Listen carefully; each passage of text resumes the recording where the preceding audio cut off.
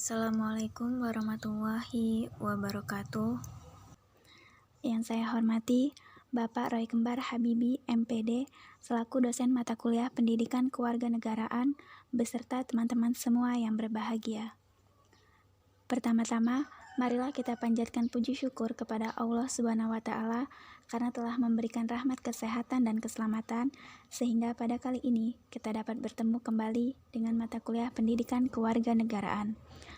Perkenalkan, kami dari kelompok 2 yang beranggotakan saya Eka Nurodiawati sebagai moderator, Dwi Dita Apriani sebagai pemateri 1, Wisnu Triwidianto sebagai pemateri 2, Riki Aldi sebagai pemateri 3, dan Vika Novita Ramadhani sebagai pemateri 4. Di sini kami akan melakukan presentasi dengan topik yang akan kami bahas, yaitu negara hukum dan hak asasi manusia. Untuk mengawali presentasi kali ini, marilah kita buka dengan membaca lafaz basmalah. Meningkat acara selanjutnya, yaitu penyampaian materi 1 yang akan disampaikan oleh Saudara Dita. Kepadanya saya persilahkan. Assalamualaikum warahmatullahi wabarakatuh. Saya di sini Dita Apriani sebagai pemateri 1 yang akan membacakan tentang negara hukum adalah negara berdasarkan atas hukum. Artinya adalah segala kewenangan dan tindakan alat-alat perlengkapan negara atau dengan kata lain diatur oleh hukum. Hal ini sesuai dengan pasal 1 ayat 3 UUD 1945 yang berbunyi, negara Indonesia adalah negara hukum. Indonesia sebagai negara hukum Pancasila memiliki kewajiban dalam perlindungan HAM yang salah satunya adalah kebebasan berkeyakinan. Istilah negara hukum terjemah dari res staat populer di Eropa sejak abad ke-19.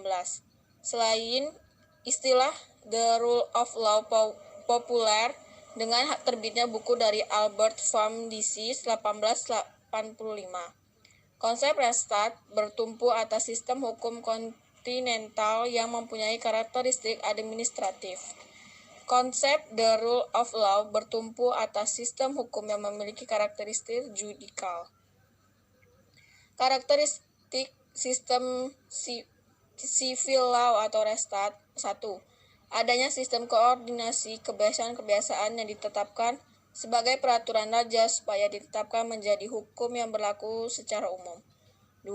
Hakim tidak terkait pada presiden, tidak dimungkinkannya kekuasaan yang satu mencampuri urusan kekuasaan lain. 3. Peradilan menganut sistem inkuisitorial. Hakim mempunyai peranan yang besar dalam mengarah dan memutuskan suatu perkara. Karakteristik sistem common law. 1. Jurisprudensi sebagai sumber hukum utama menurut sistem common law, menetapkan UU sebagai acuan utama merupakan perbuatan berbahaya. Seiring dengan berjalannya waktu, UU itu tidak sesuai lagi dengan keadaan yang ada. 2. Dianutnya sistem preseden. Hakim terkait untuk mengikuti atau menerapkan putusan pengadilan terdahulu, baik yang ia buat sendiri atau di pendahuluan untuk kasus serupa. 3. Adversary system dalam proses peradilan.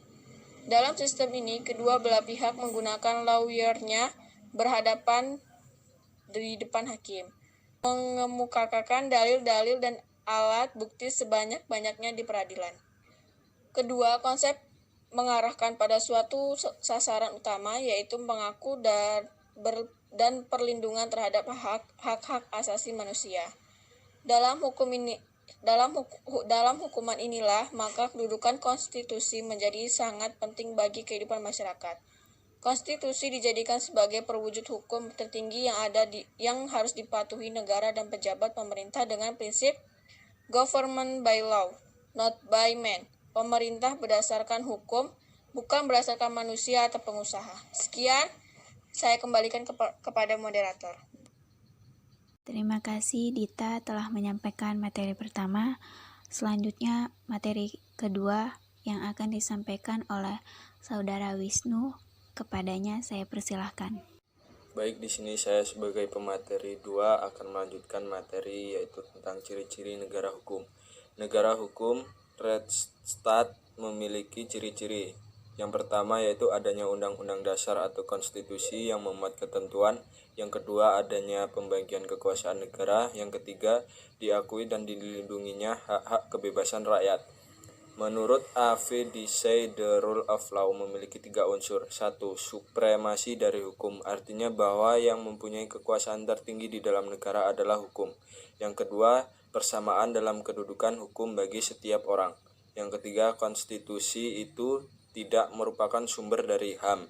Dan jika HAM itu diletakkan dalam konstitusi itu hanya sebagai penegasan bahwa HAM itu harus dilindungi. Sekian dari saya kembalikan ke moderator. Saya ucapkan terima kasih kepada Wisnu yang telah menyampaikan materi kedua. Selanjutnya, materi yang ketiga yang akan disampaikan oleh Ricky Aldi. Waktu dan tempat, saya persilahkan. Baik, di sini saya sebagai pemateri ketiga akan menjelaskan tentang HAM di Indonesia. Secara teoritis, HAM adalah hak yang melekat pada diri manusia yang bersifat kodrati dan fundamental sebagai suatu anugerah Allah yang harus dihormati, dijaga, dan dilindungi.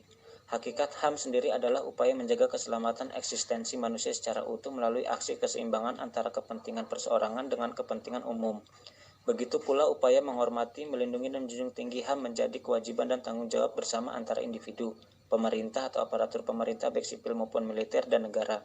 Dalam hidup bermasyarakat dan bernegara, manusia memiliki 4 kebebasan, yaitu yang pertama, kebebasan untuk berbicara dan menyatakan pendapat atau freedom of speech. Yang kedua, kebebasan beragama atau freedom of religion. Yang ketiga, kebebasan dari rasa takut atau freedom of fear. Yang keempat, kebebasan dari kemelaratan atau freedom for when.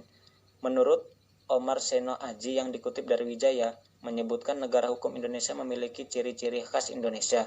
Salah satu ciri pokok dalam negara hukum Pancasila adanya jaminan terhadap kebebasan beragama sebagai pengakuan terhadap HAM. Tetapi kebebasan yang dimaksud merupakan kebebasan dalam arti positif, yang mana tidak ada tempat bagi ateisme atau propaganda anti-agama di bumi Indonesia. Ciri-ciri negara hukum Pancasila lainnya yaitu hubungan yang erat antara agama dan negara, bertumpu kepada kebebasan beragama dalam arti positif. Ateisme tidak dibenarkan, komunisme dilarang, asas kekeluargaan dan kerukunan. Upaya perlindungan HAM di Indonesia diantaranya tertuang dalam bentuk hukum tertulis yang memuat aturan-aturan tentang HAM, yaitu 1.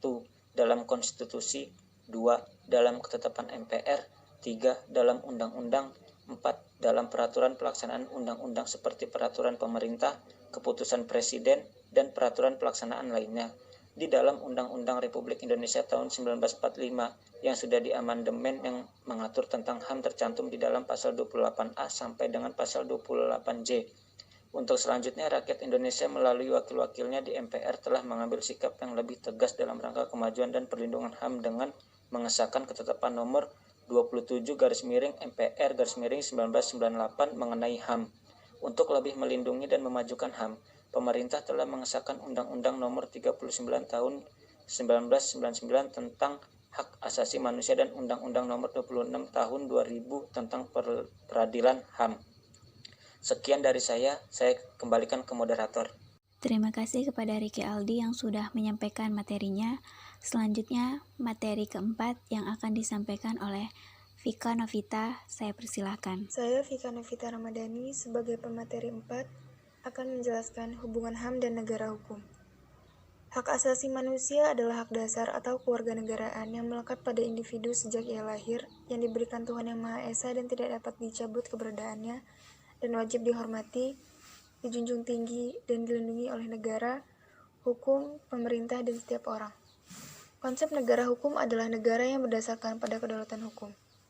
Segala ketentuan yang dilakukan oleh pemerintah harus berdasarkan atas hukum. Tidak ada sesuatu kebijakan yang dilandasi oleh kekuasaan. Sehingga dapat disimpulkan, hubungan antara HAM dan negara hukum dalam penegakan HAM harus dilandasi oleh aturan hukum, yaitu aturan perundang-undangan. Jika pemerintah melakukannya dengan kekuasaan dan bertentangan dengan peraturan perundang-undangan yang berlaku, maka orang yang duduk dalam pemerintah itulah yang akan terjerat oleh hukum. Selanjutnya, perlindungan dan penegakan HAM di Indonesia. Adanya lembaga-lembaga negara yang melindungi hak asasi manusia, seperti Komisi Perlindungan HAM, Komisi Perlindungan Anak, Komisi Perlindungan Saksi dan Korban, merupakan bukti nyata adanya perlindungan dan penegakan HAM di Indonesia. Selain lembaga-lembaga di atas, Indonesia juga memiliki undang-undang yang mengatur tentang pelindungan HAM, seperti Undang-Undang Nomor 39 Tahun 1999 tentang HAM, Undang-Undang Nomor 26 Tahun 2000 tentang Pengadilan HAM membuat warga negara Indonesia lebih terlindungi hak asasinya. Dengan adanya lembaga-lembaga perlindungan HAM, diharapkan lembaga tersebut menjalankan fungsinya dengan benar. Agar lembaga-lembaga tersebut tidak dibuat percuma dan tidak hanya sebagai pelengkap sistem ketatanegaraan semata, tetapi berfungsi demi kepentingan rakyat. Sekian materi dari saya. Terima kasih. Demikian tadi presentasi kelompok kami. Mari kita mengucapkan Alhamdulillah. Saya sebagai moderator, mohon maaf atas kekurangannya dan terima kasih untuk perhatiannya. Saya akhiri. Wassalamualaikum warahmatullahi wabarakatuh.